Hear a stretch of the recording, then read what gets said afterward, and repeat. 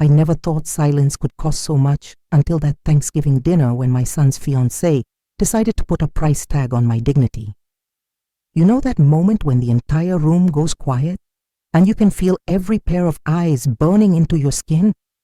That moment when laughter cuts deeper than any blade ever could? I lived it. I breathed it. And worst of all, I had paid for it. Literally. Her name was Jessica. 26 years old, with a smile that could charm anyone and words sharp enough to draw blood.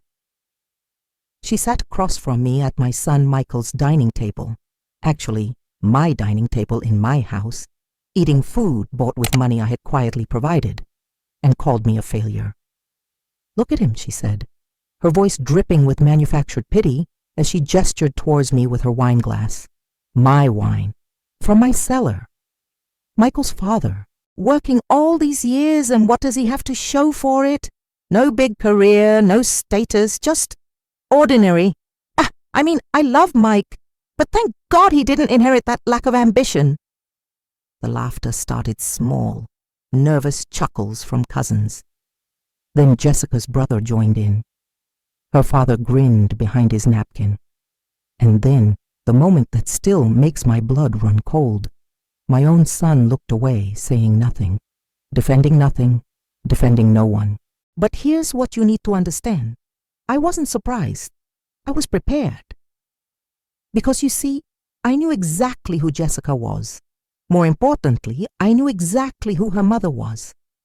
And as I sat there, absorbing their mockery like I had absorbed their unpaid rent for 11 months, I watched Linda's face, Jessica's mother, drain of all color. She recognized me, finally. The secret I had carried for nearly a year was about to detonate. Before I continue, let me ask you something. Have you ever been underestimated so completely that people forgot you were even in the room? Tell me in the comments what country you're watching from, and share if you've ever had to stay silent while someone destroyed your reputation. Because what happened next changed everything. I reached into my jacket pocket. Slowly. Deliberately. Everyone probably thought I was reaching for my phone to check some meaningless notification. The action of a man retreating from confrontation. Instead, I pulled out a manila envelope. Thick. Official looking. The kind that holds documents that matter. "Jessica," I said quietly, and the room fell silent. Not the comfortable silence of before. This was different. Tense. Waiting. "You called me a failure. You said I have nothing to show for my years of work." I placed the envelope on the table between the turkey and the sweet potatoes. "You're absolutely right that I'm not flashy. I don't talk about what I own. I don't brag about my investments. But let me show you something." Linda's hand went to her throat. She knew.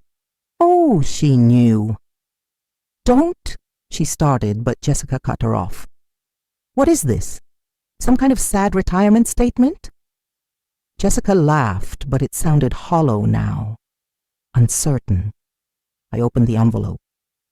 Inside were contracts, lease agreements, payment records, bank statements, all neatly organized, all brutally clear. "This," I said, sliding the first document across the table, "is the deed to 17 rental properties I own throughout this city. I've spent 30 years building a portfolio that generates income while I sleep. Nothing flashy, nothing worthy of social media posts, just steady, intelligent investing." Michael's eyes widened. He had never known. I had never told him. Money was something I believed you earned, not something you inherited or bragged about. "And this," I continued, sliding another paper forward, "is the lease agreement for the house you're sitting in right now. The house where you and your mother have lived for the past 11 months. The house owned by GH Properties LLC, my company." Jessica's smile vanished like smoke in wind. Linda stood up so fast her chair fell backward. "Henry, please." 11 months, I continued, my voice never rising above conversational level. 11 months of unpaid rent, $46,000 in arrears, late fees I waived, eviction notices I never filed, Because your daughter was marrying my son, and I believed in giving people grace. I believed in family. I pulled out the payment ledger. Every missed payment marked in red. Every excuse Linda had given me documented in my own handwriting. Mother sick. Car accident. Job loss. We'll pay next month. I gave you shelter when you needed it most, I said, looking directly at Jessica now. Her face had gone from smug to stricken. I covered your rent. I paid your utilities when they were about to be shut off. I did it silently because I thought you were going to be family. I thought you deserved compassion. The silence in that room was absolute. You could have heard a snowflake land. But tonight, you called me a failure, in my house, eating my food, sitting in my chair. So now you know who really keeps this house standing. Jessica's father, big, loud Marcus, who had laughed the hardest, now looked like he wanted to disappear into the floorboards. Her brother stopped mid-chew, his face frozen in horror. Michael finally spoke. Dad, I didn't know. Why didn't you tell me? Because humility isn't weakness, son. And because I wanted to see if the woman you chose to marry had any beneath her polish. I stood up, leaving the documents spread across the table like evidence at a crime scene. Tomorrow you'll receive a formal letter, not out of spite, out of necessity.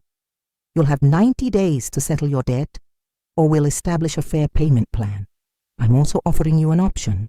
I'll help you find new housing elsewhere, help with the deposit, give you a fresh start. But there's one non-negotiable condition. I looked at Jessica, then at Linda, then at every face that had laughed at my expense. Respect. I walked to the door, grabbed my coat, and turned back one final time. The lesson you learned tonight is this. The quietest person in the room is often the one holding all the cards. They just know when to play them.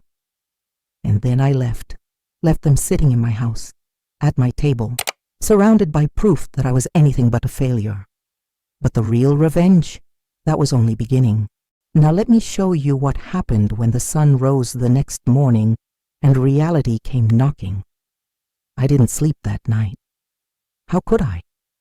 I sat in my downtown apartment, the one nobody knew I owned, the one I kept as my sanctuary from the world, and I replayed every second of that dinner.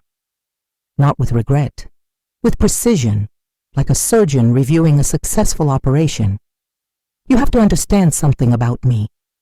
I learned young that the world respects volume more than value. The loud ones get the attention. The flashy ones get the admiration. Meanwhile, people like me, the ones who build quietly, invest carefully, plan strategically, we get dismissed, overlooked, called boring. But boring doesn't mean powerless. My father was a janitor, cleaned office buildings downtown for 35 years. He'd come home at 2 in the morning smelling like industrial cleaner and exhaustion, but he never complained, not once. He taught me something that echoes in my mind even now. The people who make the most noise usually have the least to say, but the man who stays quiet and watches, he learns everything. I watched. Oh, how I watched. When Michael started dating Jessica 2 years ago, I was happy for him. She was beautiful, charming, educated. She lit up every room she entered. My son was in love, and what father doesn't want that for his child? But then I met her family. It was a barbecue at their place, or what I thought was their place. Linda, Jessica's mother, played the perfect hostess. She talked about her career in real estate, her investments, her portfolio of properties. Marcus, her husband, dominated every conversation with stories about his construction business and the contracts he was landing. They looked successful. They sounded successful. But I've learned something in 30 years of property management. Truly successful people don't need to convince you of it. They just are. So I did what I always do. I listened more than I spoke. I noticed things. Like how Linda's designer purse had a small tear she'd tried to hide with a strategically placed scarf. how Marcus's luxury watch had a second hand that didn't sweep smoothly like a real Rolex. How their house, impressive as it was, had subtle signs of financial stress.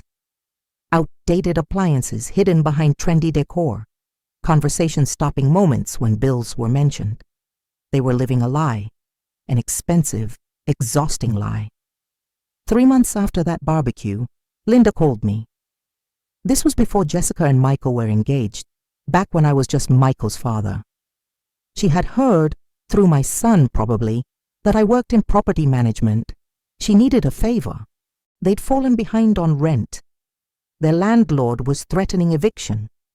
Could I possibly help them find something affordable? Maybe put in a good word with someone. I met her at a coffee shop. She came alone, without Marcus's bluster or Jessica's charm. Just a tired woman trying to keep her family's world from collapsing.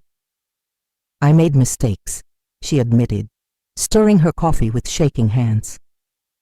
We borrowed too much, spent too much.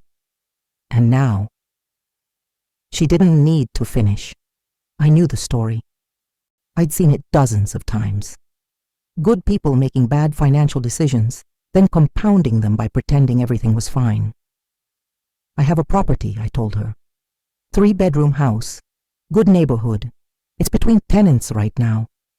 Her eyes filled with hope and tears. Henry, I can't afford market rate. That's the problem. I know, I said.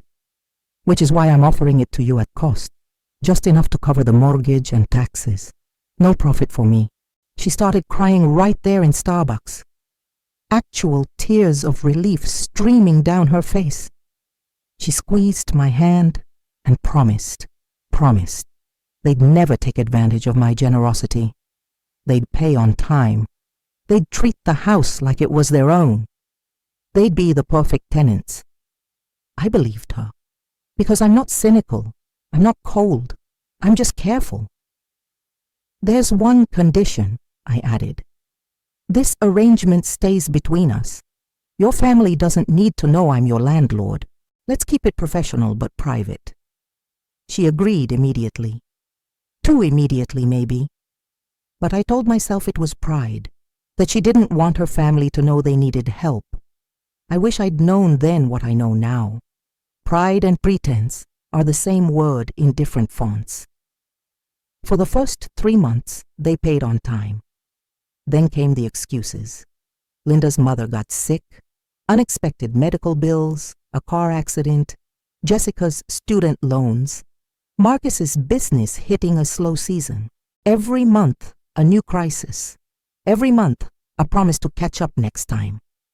And I let it slide, month after month after month. $46,000 of let it slide. Because Michael had proposed. Because Jessica was going to be family. Because I convinced myself that grace was the right choice. But grace without boundaries isn't kindness. It's cowardice. Have you ever given someone chance after chance, only to watch them take advantage of your goodness? Tell me in the comments, because I need you to understand. What I did at that Thanksgiving dinner wasn't revenge. It was revelation. The morning after the dinner, I woke at 5:30. Old habits. I made coffee, opened my laptop, and drafted the letter I'd promised to send. But here's what Jessica didn't know, what none of them knew. That letter wasn't just a demand for payment. It was the first move in a strategy I'd been planning for 3 months, ever since the day I overheard Jessica on the phone at Michael's apartment talking to a friend. Michael's dad is such a pushover, she'd said, her voice dripping with contempt. He's got no spine. No wonder he never made anything of himself. At least Mike has ambition. When we get married, we're cutting his dad loose. I'm not spending holidays with someone so mediocre. I was in the hallway. She didn't know I'd arrived early. She didn't know I heard every word. That's when I stopped being a father trying to give his future daughter-in-law the benefit of the doubt. That's when I became something else entirely. A strategist. I typed the letter carefully. Professional language. Legal but not threatening. 90 days to settle the debt or establish a payment plan. An offer to help them relocate if needed. everything reasonable, everything documented. But I also included something else, an audit notice, because GH Properties LLC was conducting a routine review of all tenant files, and certain discrepancies needed to be addressed. Discrepancies like the expensive vacation photos Linda had posted on social media while claiming they couldn't afford rent. Like Marcus's new truck, financed, I'd later discover, but still. Like Jessica's designer wedding dress, shopping sprees that she'd been tagging Michael in online. The letter would arrive by courier at 10 o'clock. Professional, official, impossible to ignore. But the real move, that would come 3 days later. I had scheduled a lunch meeting with Marcus's biggest client, a man who happened to be looking for a property manager for his company's growing real estate portfolio. A man who had no idea Marcus's family was living rent-free in one of my properties. Sometimes revenge isn't about destruction. It's about letting people see the truth they've been running from. I sealed the letter in the envelope, addressed it, and sat back in my chair as dawn broke over the city. The game had begun, and this time I wasn't playing to be liked. I was playing to win. But what I didn't know, what I couldn't have known, was that Linda had a secret of her own, one that would change everything I thought I understood about that family.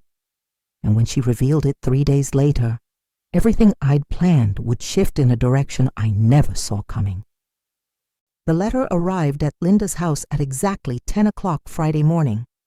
I know because I programmed the courier tracking system to send me a notification the moment it was delivered.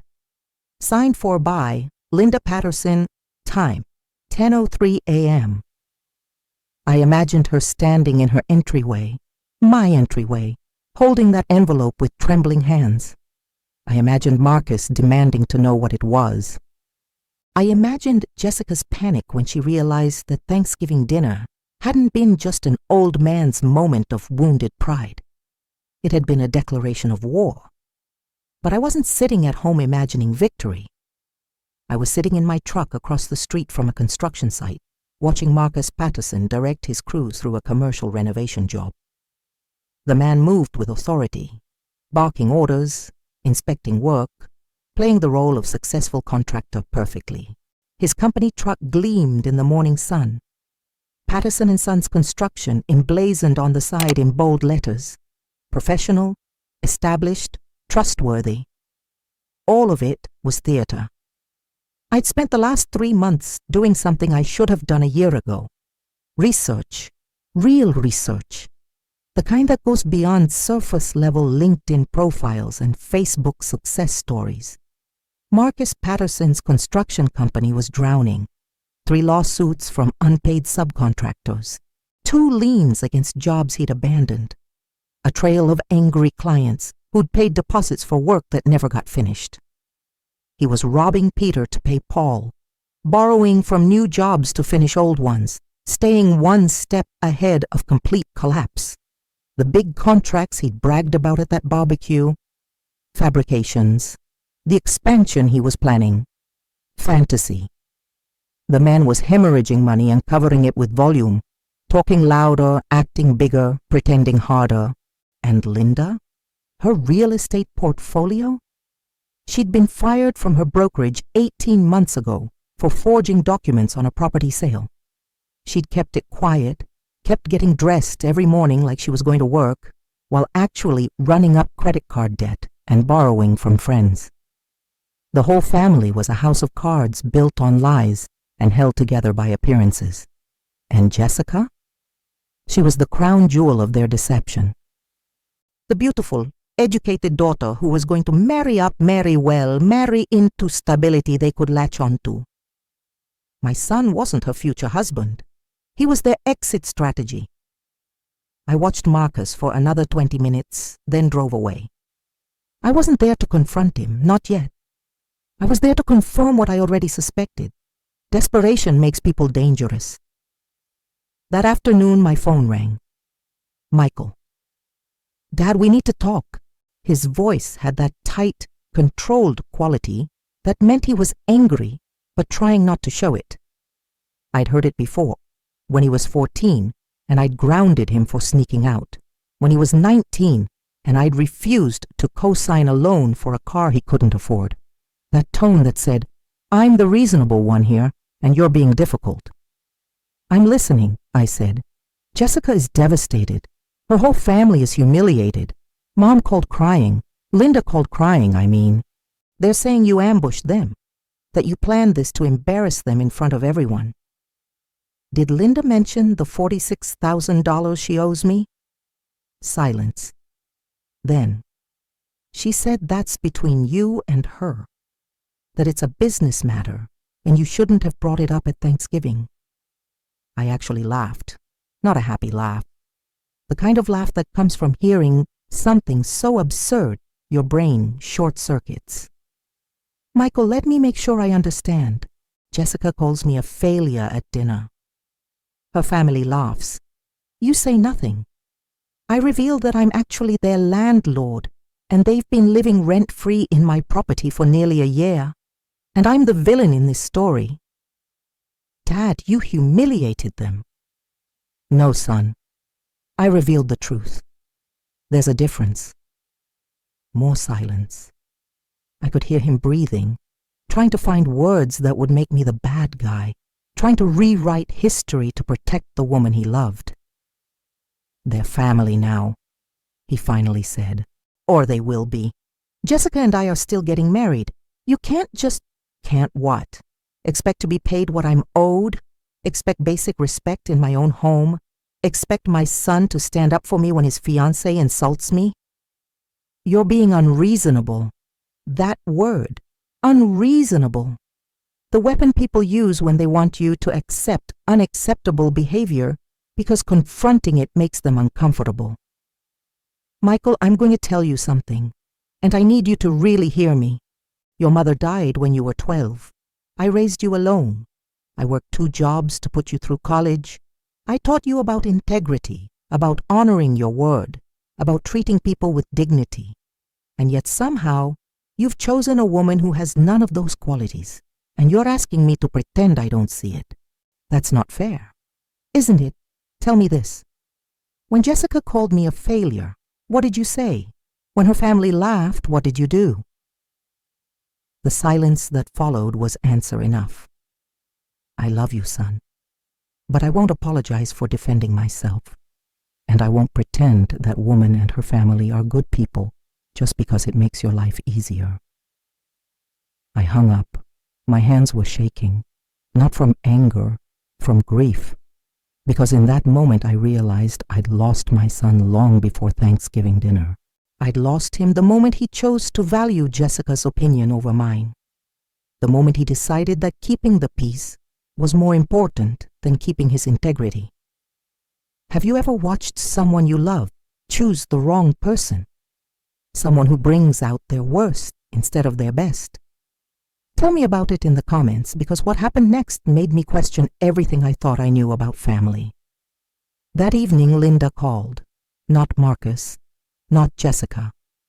Linda. "Henry, please. We need to meet. Just you and me. There are things you don't know, things that will change how you see all of this." "I know everything I need to know," I said. "You've been lying to me for 11 months. Your daughter insulted me in my own home. Your husband bragged about success he doesn't have. There's nothing left to discuss." "It's about your son," she said quietly. "It's about Michael and Jessica. And if you care about your son at all, you'll meet me tomorrow morning. Coffee shop on Maple Street, 9 o'clock. Then she hung up before I could respond. I sat there staring at my phone, my mind racing. What could she possibly tell me about Michael that I didn't already know? Was this another manipulation? Another attempt to guilt me into forgiveness? But there was something in her voice, something raw and real that cut through all the performance, something that sounded like genuine fear.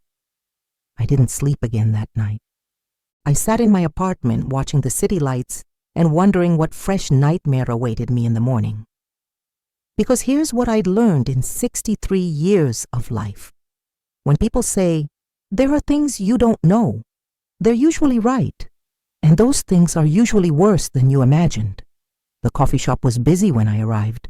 Linda was already there, sitting in a corner booth, looking like she'd aged 10 years in 3 days. No makeup, hair pulled back in a messy ponytail, sweatshirt and jeans instead of her usual designer costume. This was Linda without the mask, and she looked terrified. "Thank you for coming," she said as I sat down.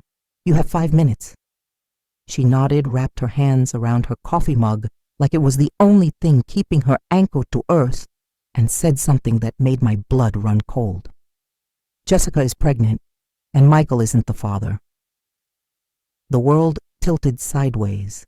The coffee shop noise faded to static. I stared at Linda, searching for the lie, for the angle, for the manipulation. But all I saw was a broken woman telling a terrible truce. "Keep talking," I whispered. And Linda told me everything. Every horrible, twisted, unbelievable detail.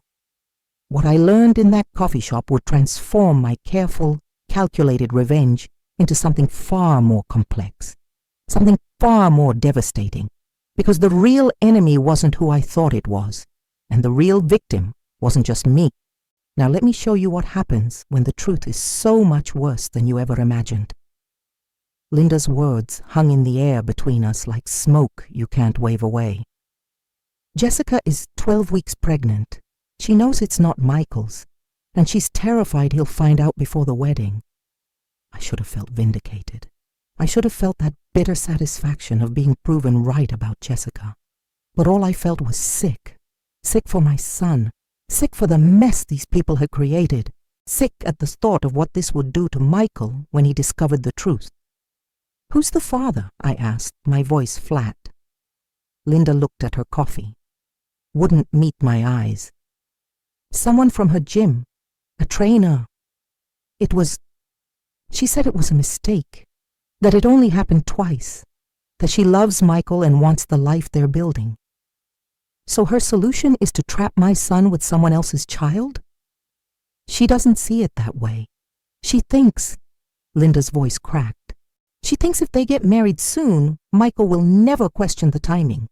She's planning to say the baby came early, that it's premature." I leaned back in the booth, my mind racing through implications and consequences. This wasn't just about unpaid rent anymore. This wasn't just about humiliation at Thanksgiving.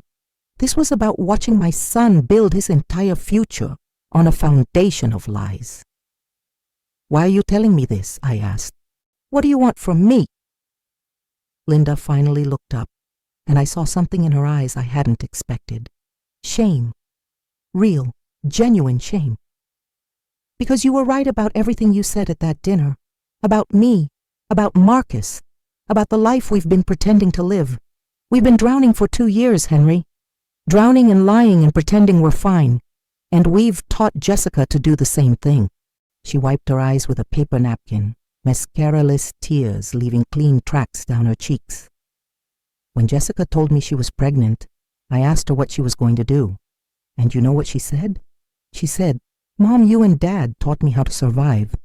You do whatever you have to do. You marry the good guy with a stable life, and you make it work.' Like lying to Michael was just strategy. Like your son was just a solution to her problems. So stop her," I said. "Tell her she can't do this." I tried. She won't listen. She's convinced that Michael will never find out, that the baby will look enough like both of them that no one will question it. And Marcus. Linda's voice dropped to a whisper. "Marcus thinks it's brilliant.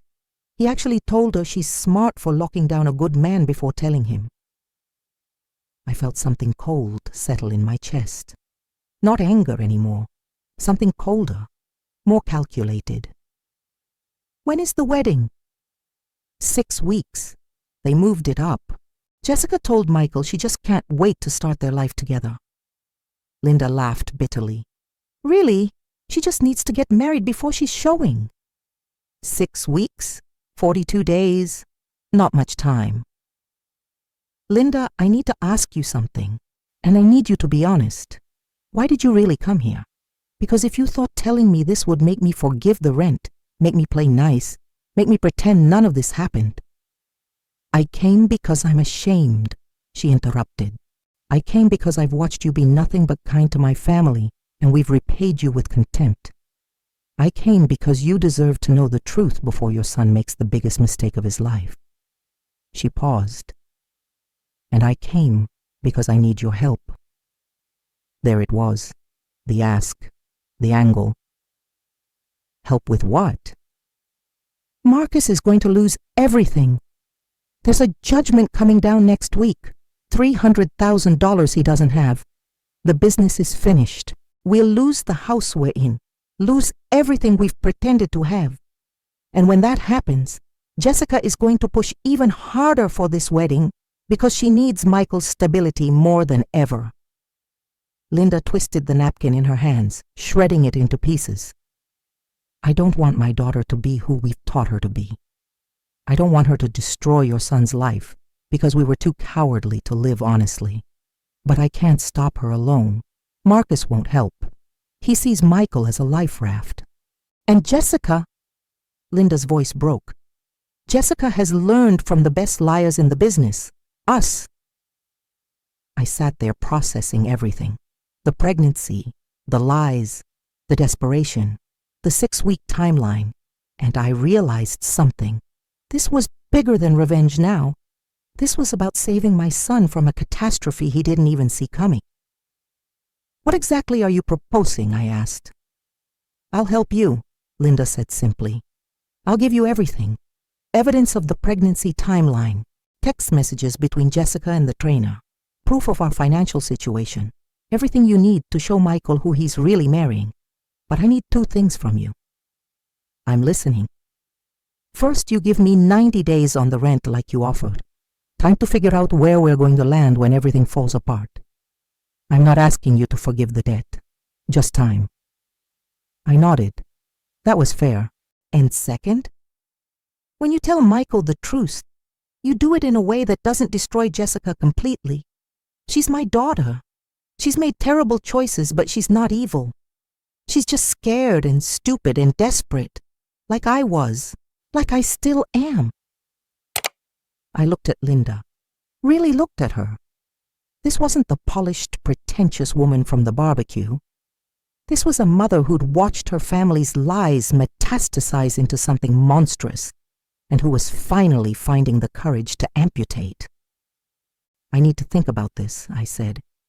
You have until Monday. That's when Jessica's planning to take a home pregnancy test with Michael. Make it official. Start talking about baby names and nurseries. Lock him in with dreams before she shows him the cage. Linda stood up, leaving her shredded napkin and cold coffee behind. I'm sorry, Henry, for all of it. I know that doesn't change anything, but I'm sorry. She walked out, and I sat there alone in that coffee shop, staring at the table and trying to figure out how revenge had turned into rescue. Have you ever had to choose between proving you were right and protecting someone you love? Drop a comment and let me know, because the decision I made that weekend would change everything. I spent Saturday and Sunday thinking, planning, weighing options. I could tell Michael immediately, blunt force trauma, rip the Band-Aid off, show him who Jessica really was. But that risked him not believing me, risked him thinking I was just being vindictive because of Thanksgiving. Or I could be strategic, gather evidence, build an irrefutable case, let the truth reveal itself in a way that even love couldn't ignore. Sunday night, I made my decision. Monday morning, I called Linda. I'm in. Send me everything. But I'm doing this my way on my timeline, and I'm not doing it to save Jessica. I'm doing it to save my son. Thank you, she whispered. Don't thank me yet, because when this is over, your family's going to hate both of us. They already should, Linda said. We've given them plenty of reasons. The files arrived in my email within an hour. Text messages, medical appointment confirmations, pregnancy test results dated 8 weeks earlier, 4 weeks before Jessica told Michael she might be pregnant. Photos of Jessica and the trainer. timestamps that corresponded with days she'd told Michael she was working late. But the most damning evidence was a voice memo. Linda had recorded a conversation with Jessica 2 weeks earlier, when she'd first found out about the pregnancy. I played it. Jessica's voice, clear and cold. "Mom, stop being dramatic. Michael will never know. We'll get married, I'll have the baby, and we'll live happily ever after in his nice, stable, boring life. It's not ideal, but it's better than being broke like you and Dad." "What about the father? What about the trainer?" "He doesn't matter. He was fun for a few weeks, but he's not husband material. Michael is. End of story." I listened to that recording 3 times. Each time I felt my resolve harden into something unbreakable. Jessica hadn't made a mistake. She'd made a choice. A calculated, cold-blooded choice to use my son as a solution to her problems. And now I was going to make sure she faced the consequences. But I wasn't going to tell Michael, not yet. Because I'd learned something in 30 years of property management, in 63 years of watching people at their best and worst. Information is only powerful when it's delivered at the right moment. Too early and people rationalize. Too late and the damage is done. I needed to wait for the perfect moment, the moment when the truth would be undeniable. The moment when even love couldn't twist the facts into fiction. That moment came sooner than I expected, and when it did, everything, absolutely everything, would shatter. But first, I had to set the stage, had to move the pieces into position, had to make sure that when the truth finally emerged, there would be nowhere left to hide. The wedding was 5 weeks away. I had 35 days to orchestrate the most important revelation of my son's life, and I wasn't going to waste a single one of them. Now let me show you how I turned a wedding into a reckoning. They say revenge is a dish best served cold, but what they don't tell you is that salvation requires even colder calculation. I spent the next 2 weeks becoming someone I'd never been before, a detective in my own son's life, not because I enjoyed it, because I had to be absolutely certain. One mistake, one piece of questionable evidence, and Michael would dismiss everything as a father's desperate attempt to sabotage his happiness. Linda became my unlikely ally. She fed me information with the guilty efficiency of someone trying to atone for years of deception. Text message screenshots, credit card statements showing Jessica's purchases at the gym where the trainer worked, calendar entries that didn't match the story Jessica had told Michael. But I needed more than evidence. I needed context. I needed Michael to see the pattern, not just the proof. So I did something I'm not proud of. I hired a private investigator. His name was Ray Delgado, a former cop who'd transitioned to private work after 30 years on the force. I met him at his office, a small, neat space above a dry cleaner, and laid out the situation. "I need you to document everything," I told him. "But I need it to look like you stumbled onto it. No indication I hired you. Can you do that?" Ray studied me with the tired eyes of someone who'd seen every variation of human betrayal. "You want me to pretend I'm investigating someone else and accidentally uncover your son's fiancée's secrets?" Something like that. "Why the theater? Why not just show him what you've got?" "Because if I show him, I'm the villain trying to ruin his happiness. If evidence appears from a neutral source, he has to face it honestly." Ray leaned back in his chair, considering. "This about protecting him or punishing her?" "Both," I said honestly. "But protecting him comes first." He nodded. "I'll take the case. But I need to warn you. Sometimes when you go looking for proof, you find more than you wanted. You prepared for that?"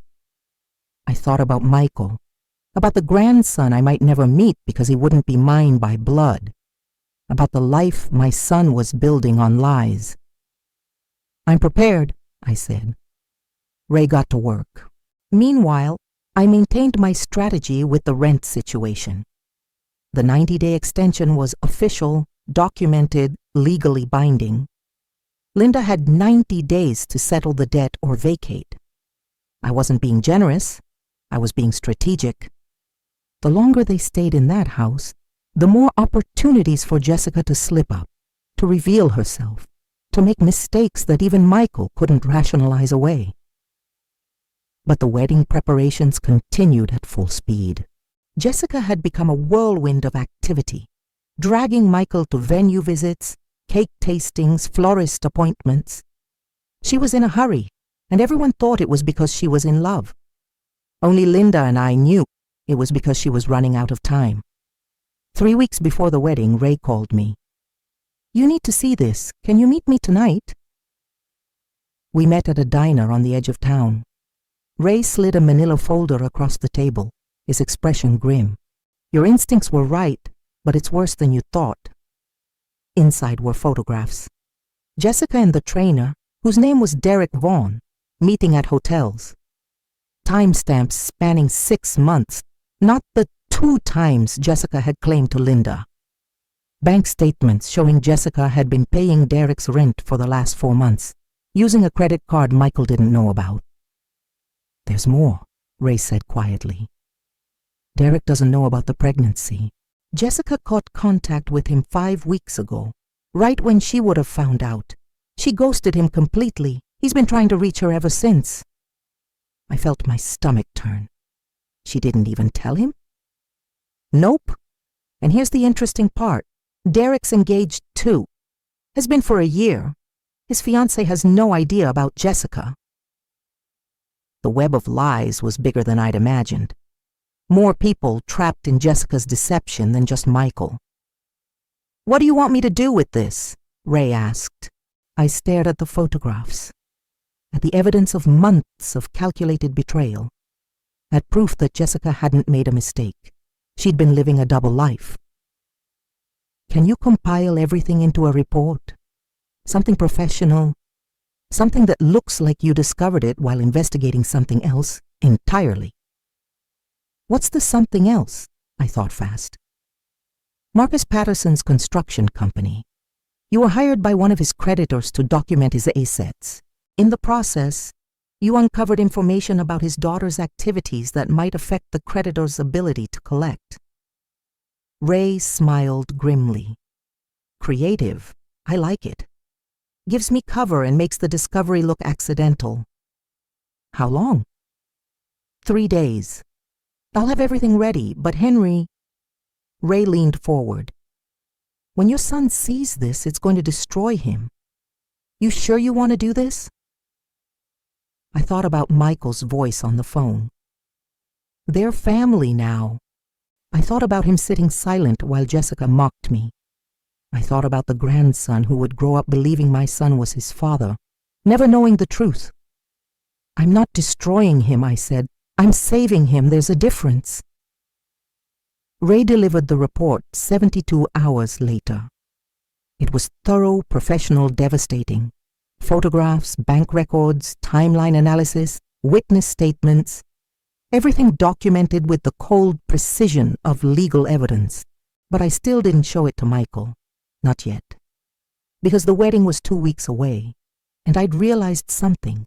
The absolute worst time to tell someone their life is a lie is when they're already committed, already vulnerable, already in too deep. The absolute best time is when they can't ignore it, when the truth presents itself so clearly that denial becomes impossible. That moment came 10 days before the wedding. Jessica called me, actually called me directly for the first time since Thanksgiving. "Henry, we need to talk about the wedding." Her voice was sweet, conciliatory. The voice of someone who decided to play nice because the finish line was in sight. "What about it?" "I want to apologize. For what I said at Thanksgiving, I was stressed and I spoke without thinking. Michael says you might not come to the wedding and we really want you there. You're his father. You should be there." The audacity was breathtaking. She'd humiliated me publicly. Her family had mocked me, and now she wanted me to show up and smile for photos because it would look bad if the groom's father boycotted. "Jessica, let me ask you something, and I want you to answer honestly. Of course. Do you love my son? Silence. Then, what kind of question is that? A simple one. Do you love Michael? Not his stability, not his future, not what he represents. Him. Do you love him? More silence.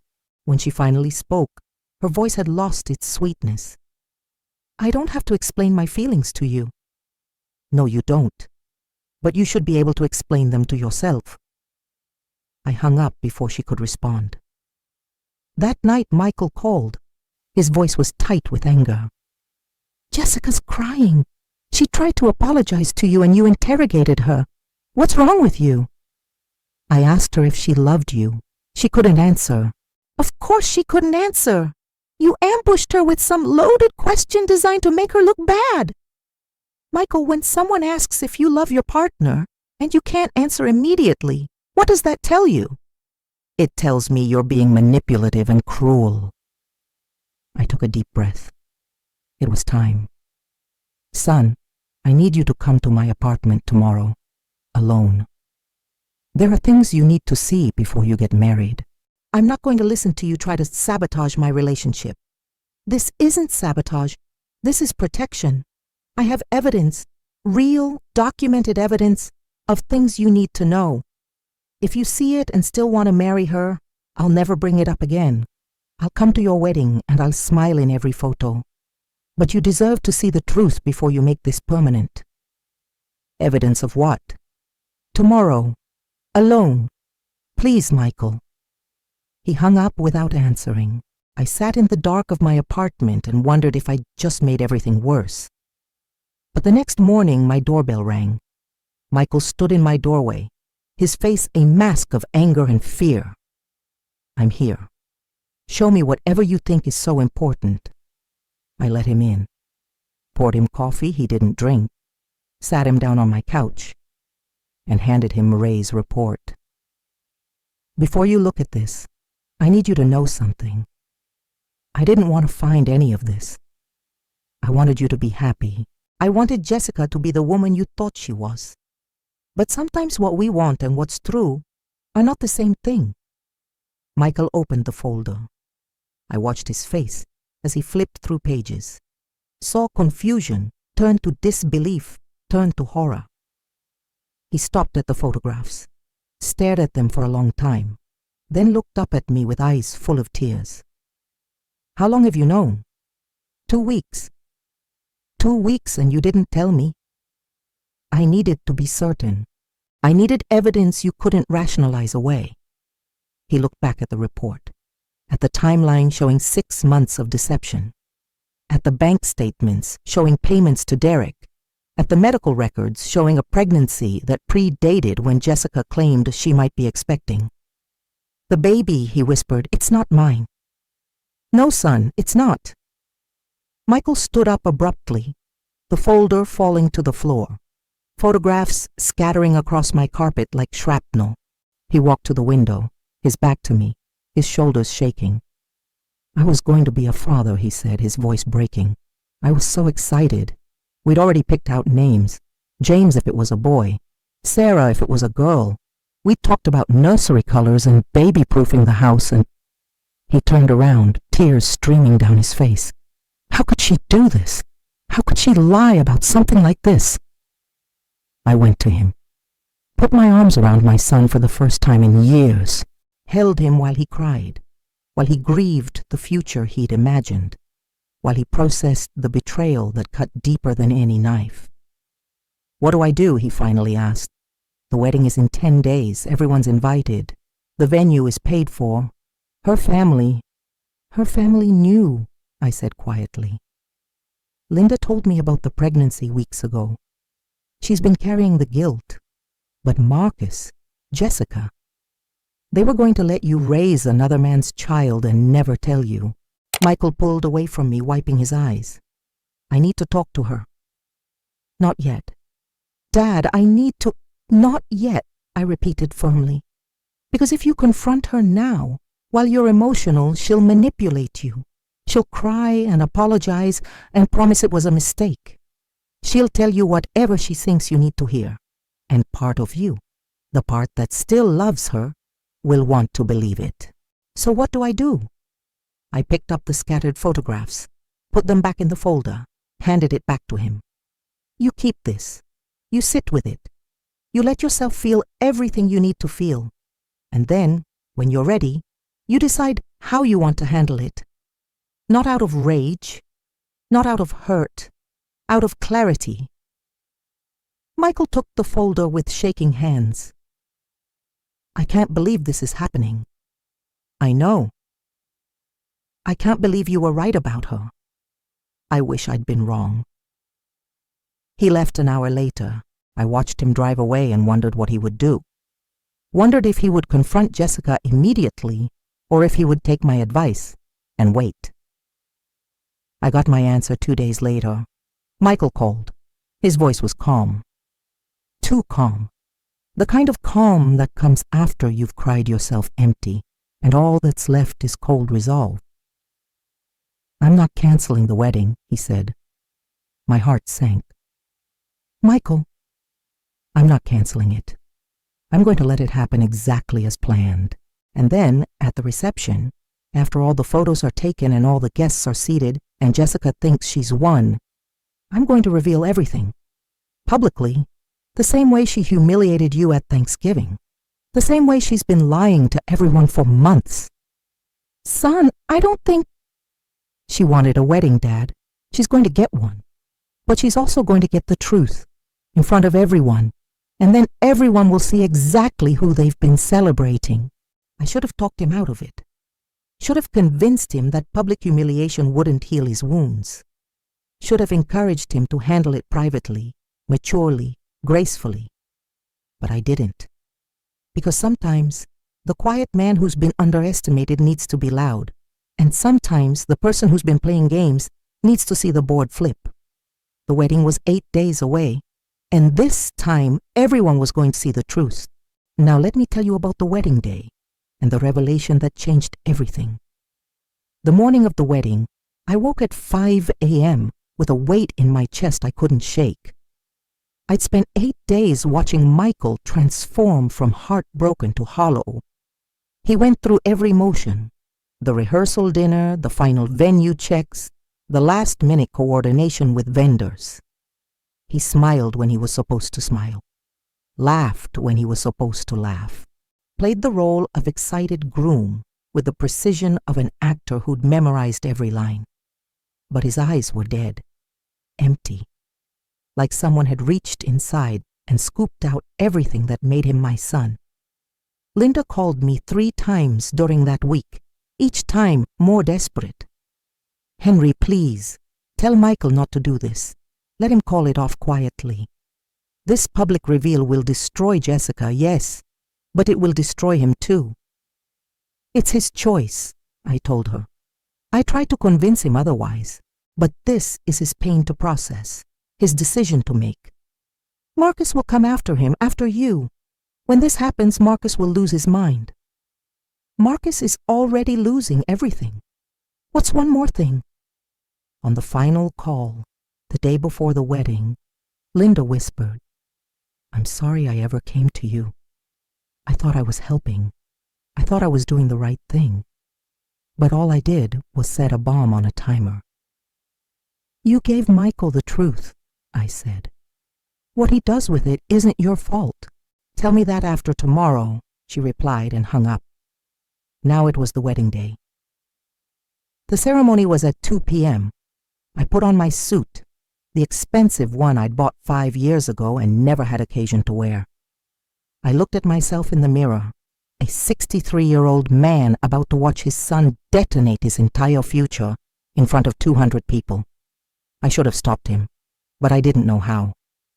The venue was beautiful, a historic estate with gardens and a ballroom and enough old money elegance to make everyone feel like they were attending something important.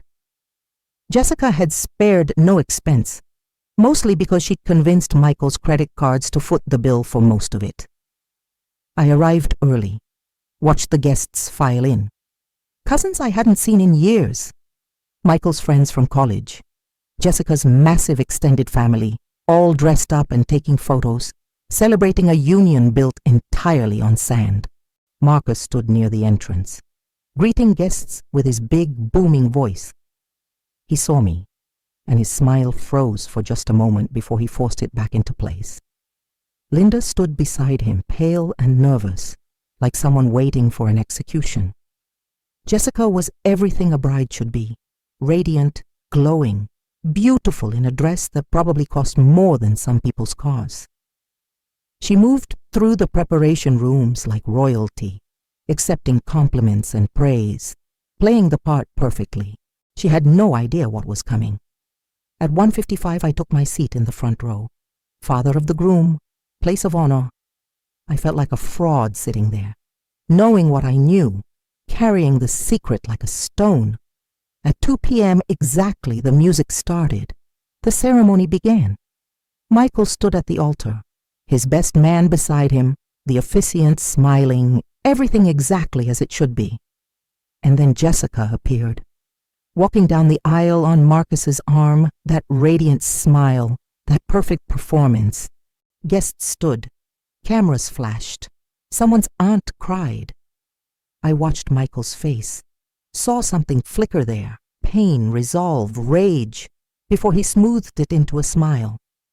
The ceremony proceeded, vows exchanged, vows that meant nothing built on lies, rings placed on fingers. I could barely breathe. I now pronounce you husband and wife, the officiant declared. You may kiss the bride. They kissed. The audience applauded. It was done. They were married. And I realized, sitting there, that Michael had changed his mind, that he'd decided to go through with it after all, to accept the lie, to pretend everything was fine. I felt relief and disappointment in equal measure. The reception hall filled with guests. Dinner was served. Speeches began. Michael's best man gave a toast full of embarrassing college stories and sincere wishes for happiness. Jessica's sister talked about true love conquering all. Then Michael stood up, tapped his champagne glass. I'd like to say a few words, he announced. Here we go, I thought. Or maybe not. Maybe he really had let it go. Michael smiled at the crowd, looked at Jessica, looked at me. Marriage is built on trust, he began, on honesty, on the foundation of knowing that the person beside you is exactly who they say they are. Jessica beamed, squeezing his hand. But sometimes, Michael continued, his smile hardening, we discover that foundation is made of lies. Jessica's smile faltered. Around the room, people shifted uncomfortably. I want to tell you all a story, Michael said, his voice carrying across the suddenly silent ballroom. About truth, about deception, about a man who thought he knew the woman he was marrying. Michael! Jessica stood up, her face pale. What are you doing? Sit down, Jessica. His voice wasn't loud, but it carried absolute authority. You wanted a wedding. You're going to get the whole show. He pulled papers from inside his jacket, unfolded them on the table. 3 weeks ago, my father gave me a report. Evidence collected by a private investigator. At first, I didn't believe it. I thought Dad was being vindictive, trying to sabotage our happiness because of what happened at Thanksgiving. He looked at me, and I saw something in his eyes that broke my heart. Gratitude and grief intertwined. But I looked at the evidence. Bank statements showing 6 months of payments to Derek Vaughan, hotel records, text messages, photographs. He held up pictures. Even from the front row, I could see they were the ones Ray had taken. Jessica and Derek, unmistakable. My wife, Michael said, his voice dripping with bitter emphasis on those 2 words, has been having an affair for 6 months with her personal trainer. She's been using my money, our shared credit card, to pay his rent, to pay for hotel rooms where they met twice a week, every week for half a year. The room erupted, gasps, shocked whispers. Someone's wine glass shattered on the floor. Marcus stood up, his face purple with rage. This is slander, you can't. "Sit down, Marcus," Michael said coldly. "I'm not finished." He turned back to Jessica, who was crying now, mascara running, her perfect bride facade cracking apart. "But the affair isn't even the worst part," Michael continued. "The worst part is the baby." Jessica's hand went to her stomach instinctively. Around the room, people leaned forward. "You're pregnant. 12 weeks. You told me it was ours, that we were starting our family, that you couldn't wait to be a mother." Michael's voice broke slightly. "But the baby isn't mine, is it, Jessica? It's Derek's, and you knew it. Your mother knew it. And you were going to let me raise another man's child without ever telling me the truth." The silence that followed was absolute, suffocating. Linda stood up, tears streaming down her face. "Michael, I'm so sorry. I tried to—" "You told my father," Michael interrupted, "weeks ago. You gave him evidence. You helped him prove what your daughter is." He looked around the room at 200 stunned faces. "I want everyone here to understand something. I went through with this wedding because Jessica wanted it so badly. She wanted the photos and the celebration and the performance. So I gave it to her. All of it. The ceremony, the reception, the toast. Everything she wanted." He looked at Jessica, his face hard. "But this marriage is over before it begins. I'm filing for annulment tomorrow morning. And you, Jessica, can take your lies and your baby and your performance somewhere else." He dropped the papers on the table and walked out. Just walked out of his own wedding reception, leaving 200 people in stunned silence, and one bride collapsed in her chair, sobbing. I sat there frozen. Around me chaos erupted, Marcus roaring in fury, Linda crying, guests pulling out phones, already spreading the story. Jessica's sister trying to help her up while Jessica screamed that Michael was a liar, that this was all my fault, that I had destroyed everything. I should have stayed, should have stood up, should have said something. Instead, I followed my son. I found him in the parking lot, leaning against his car, his shoulders shaking. "I couldn't do it," he gasped. I couldn't pretend anymore. I tried, Dad. I tried to handle it privately, to be mature, to just walk away quietly. But every time I looked at her— "I know," I said, pulling him close. "I know." Did I do the right thing? I thought about that question, about public humiliation versus private dignity, about revenge versus justice, about whether exposing the truth was healing or just hurting. "I don't know," I said honestly. "But it's done now, and tomorrow we'll deal with whatever comes next." What came next was worse than either of us imagined. Because 3 days later, Jessica's lawyer filed a lawsuit. Defamation, intentional infliction of emotional distress, $5 million in damages. And Marcus, bankrupt, furious, cornered, decided that if he was going down, he was taking everyone with him. But that's when something unexpected happened. Something neither Michael nor I had planned for. Something that turned everything upside down one final time. Let me tell you about the letter that arrived 4 days after the wedding, and how it changed absolutely everything we thought we understood. The letter arrived on a Thursday morning, plain white envelope, no return address, postmarked from downtown. Inside was a single sheet of paper and a flash drive. The paper read, "You deserve to know everything. El Linda." I plugged the flash drive into my laptop with hands that wouldn't stop shaking. Found a single audio file dated 2 months before Thanksgiving, before any of this chaos started. I pressed play. Marcus's voice, unmistakable. "Listen, Jessica. Michael's father is weak. He owns properties all over this city but lives like a broke janitor. We've been in his house for months without paying rent, and he hasn't done shit. That man is a gold mine we can tap forever." Jessica laughing. "You think?" "I know. Linda says he's too soft to actually evict us. Too worried about what Michael will think. So here's what you do. You keep Michael happy, you get pregnant, doesn't matter by who, and you lock down that family. Once you're married, we've got access to everything. His properties, his money, his connections. Michael will inherit it all eventually, and we'll be right there. What about the baby situation? What about it? You think Michael's smart enough to figure it out? You think his pushover father is going to DNA test his grandkid? Please. These people are sheep. We're going to shear them for everything they're worth. The recording ended. I sat there staring at my laptop screen, feeling something cold settle in my chest. This hadn't been just about Jessica's affair.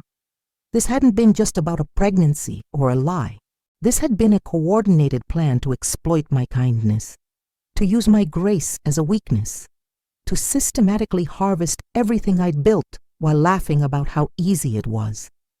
I called Michael immediately. "Come over now. There's something you need to hear."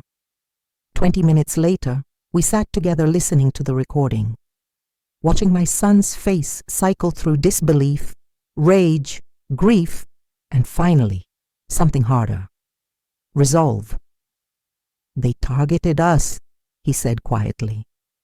"This whole thing, from the beginning, it was a con." Yes.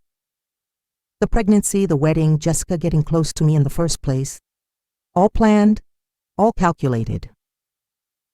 Michael looked at me. "What do we do?" I thought about the lawsuit Jessica had filed, about Marcus's threats, about Linda's guilt-driven confession recorded on this flash drive, about 2 years of lies finally exposed in a 2-minute audio clip. "We finish this," I said. "Properly, completely. No more mercy, no more grace. They wanted to play games with my properties, my money, my family. Fine. Now they learn what happens when the quiet man finally stops being quiet." Over the next 3 days, I did what I should have done a year ago.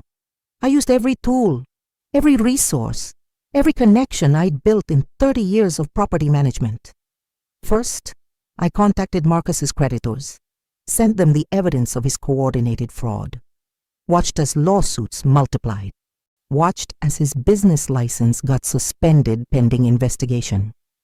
Second, I provided Jessica's lawyer with Linda's recording, showed them that Jessica's defamation suit was based on the very lies the recording proved, watched the lawsuit get withdrawn within 24 hours.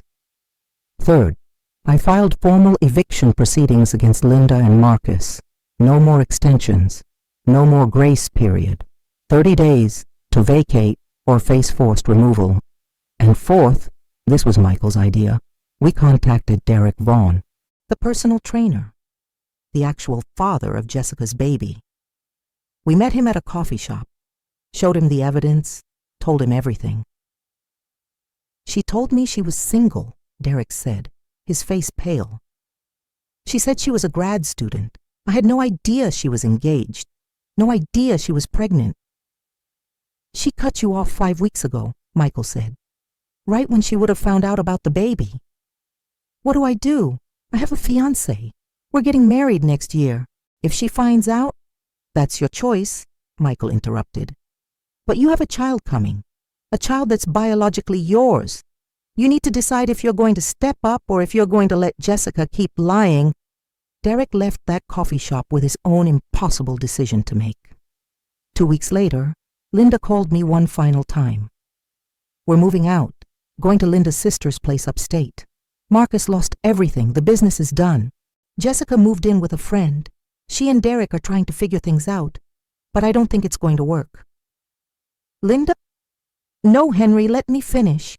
You gave us chances, multiple chances. We spat in your face. We mocked your kindness. We tried to exploit your grace. And you still gave us 90 days, still offered help, still treated us better than we deserved." Her voice broke. "I don't know if there's such a thing as karma or justice or divine accounting, but if there is, you're on the right side of it, and we got exactly what we earned." She hung up before I could respond.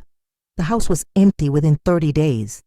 I hired cleaners, repairmen, painters, erased every trace of the family, that had lived there for a year without paying. I put it on the market. It sold in 3 days. Michael and I had lunch the day the sale closed. He looked older somehow. Not just the stress of the past month, but something deeper. A hardness that came from watching the woman he loved reveal herself as a stranger. "Do you regret it?" I asked. "The way you handled the wedding?" "Every day," he admitted. "I regret that I didn't just cancel it quietly, that I turned private pain into public spectacle, that I let rage drive my decisions instead of wisdom. But I don't regret knowing the truth. I don't regret walking away. And I don't regret that now. Everyone who was at that wedding knows exactly who Jessica is. She can't do this to someone else." I nodded. That was something, at least. "What did you learn from all this, Dad? Besides that your son has terrible taste in women?" I smiled despite myself. "I learned that grace is powerful, but only when it has boundaries. That silence can be strength, but only when you know when to speak. And that receipts, actual, documented, undeniable receipts, are sometimes the only language certain people understand. That's why you kept every payment record, every text message, every piece of evidence." "Always," I said. "Because in 30 years of property management, I've learned that people will rewrite history to protect themselves. They'll lie about what they said, what they promised, what they owed. But paper doesn't lie. Numbers don't forget. And truth, documented properly, is undefeatable." Michael raised his glass. "To receipts, then, and to fathers who keep them." We clinked glasses, and for the first time in months, I felt like I could breathe.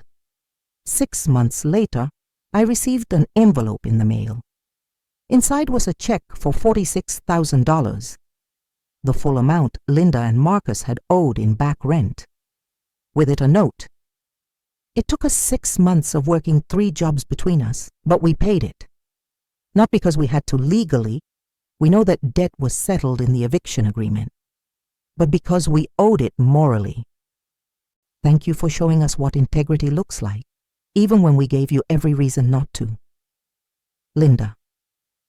I deposited the check, used the money to set up a fund, college savings for my future grandchildren, whoever they might be. Michael is dating again, slowly, carefully. He's learned to ask questions, to verify, to trust, but also to protect himself. Jessica had her baby, a boy. Derek did step up, ended his engagement, is trying to be a father. I don't know if it's working. That's their story to write. As for me, I'm still investing, still managing properties, still living simply while building quietly. But now, when people underestimate me, when they mistake my silence for weakness, when they assume the quiet man has nothing to say, I smile, because I know something they don't. I know that every interaction is a transaction, every relationship has a ledger, and eventually, all accounts come due. The lesson I learned, the lesson I taught my son, and maybe somehow taught Linda and Marcus and Jessica too, is this. Kindness is not weakness, but kindness without boundaries is. Grace is powerful, but grace without accountability enables cruelty. And silence? Silence is only defeat if you never speak up.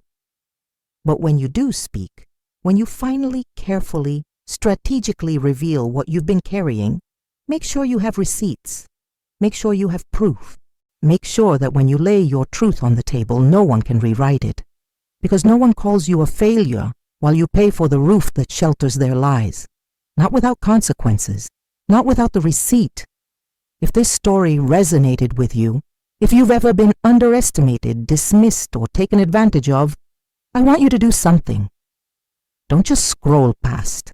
Take a moment and subscribe to this channel. Click that notification bell. Share this story with someone who needs to hear it. Because these stories matter. These lessons about dignity, boundaries, and standing up for yourself when everyone expects you to stay down, they matter. Tell me in the comments, Have you ever had to prove your worth to someone who dismissed you? Have you ever been the quiet one holding all the cards? Let's build a community of people who understand that silence isn't surrender, that grace doesn't mean doormat, that the quietest person in the room might just be the strongest. Until next time, remember, document everything, trust carefully, and never let anyone mistake your kindness for weakness. The truth always comes out. Make sure you have the receipts when it does.